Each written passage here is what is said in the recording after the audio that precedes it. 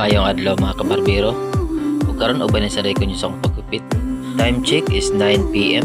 Nagprepare ta sa to ang barbershop kay nag-message sa to ang magpagkupit daw siya kana importanteng lakaw. Ug mauna nitong customer miabot na daw siya. Kini natong customer taga Kampok-pok din siya. Bisan sa kalayo pero ningari lang siya sa atong barbershop kay para lang ito pagkupit siya gustong gupit.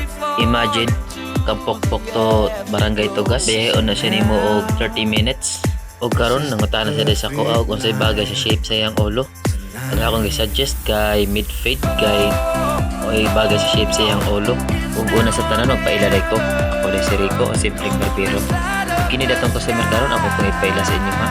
Siya si Rafi Noynay from Barangay Kampok. Ug di na po tas ano ang akong istorya. Watch until the end na lang guys kung bagay pa sa shape sa iyang ulo iyang gupit nga mid-fade. Just you and I.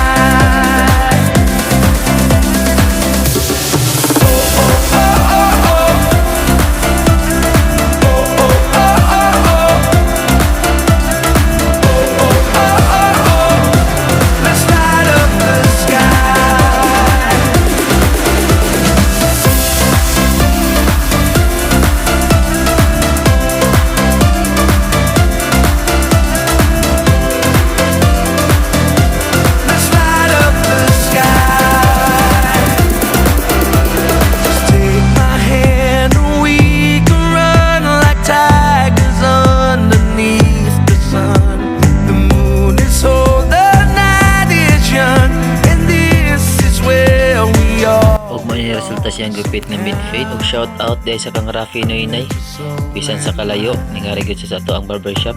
Daghang salamat kayo ni Boss Rafi sa katong wala pa kasuway ng gipita sa panyag ipaabot panuway na mo para sa maapil mo sa akong daily vlog. Come on, let's light up the